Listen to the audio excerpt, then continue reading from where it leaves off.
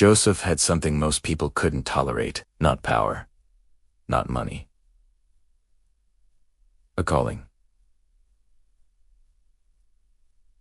And the moment he spoke about it, it made the room colder. Joseph was his father Jacob's beloved son, one given special favor, the one with the famous coat. But the coat wasn't the real problem. The real problem was what Joseph carried on the inside. He had dreams where his family bowed before him, dreams that felt like God was whispering, "I'm going to raise you up." Joseph didn't know how dangerous a dream can sound to people who feel forgotten. His brothers didn't hear destiny. They heard insult. They didn't see a future prophet. They saw a spoiled kid. And jealousy doesn't start as murder. It starts as a look, a comment, a quiet decision. I don't want you to win.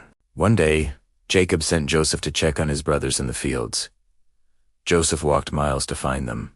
He wasn't armed. He wasn't cautious. He wasn't expecting war. He was expecting family.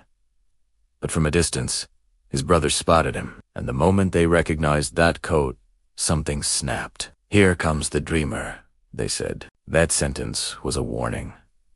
Not to Joseph, to the dream.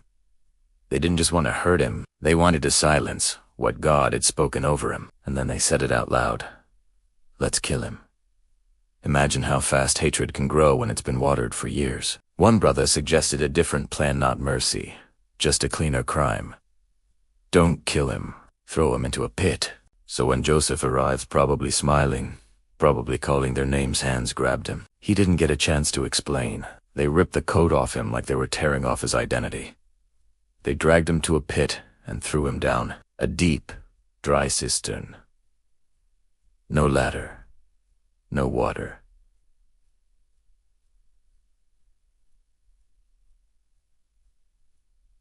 No way out. Joseph hit the bottom and looked up at a circle of sky. His brothers stood above him, and then they did something that should terrify anyone who thinks evil always looks dramatic. They sat down to eat, while their brother begged, while his voice echoed off stone.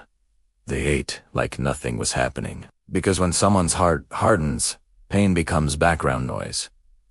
Joseph pleaded. He didn't plead with enemies, he pleaded with blood. And after his brothers debated what to do with him like he wasn't a person, like he was a problem to dispose of. Then, on the horizon, a caravan of pious travelers headed to Egypt. And suddenly, betrayal found a price tag. Let's sell him. Not let's save him. Not let's forgive him. Sell him. And it is hard to explain how deep that moment cuts be, 'cause being attacked by strangers is one thing, but being sold by your own family, that changes the way you breathe. They pulled Joseph out of the pit not to rescue him, but to hand him over. Silver exchanged hands, and Joseph's future was yanked away. Chains were placed on him. And then he started walking forced forward toward a land he didn't know, a language he didn't speak, a life he never chose. Every step away from home must have felt like God was getting farther. But here's the twist most people miss. The pit didn't mean God left.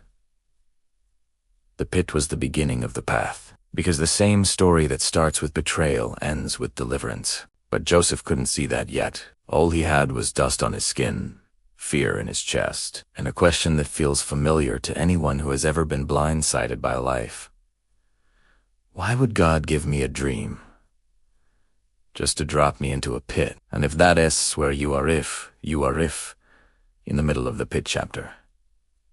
Here is what this story is whispering. Just because people threw you down doesn't mean God is done with you. Some seasons don't feel like progress. They feel like punishment.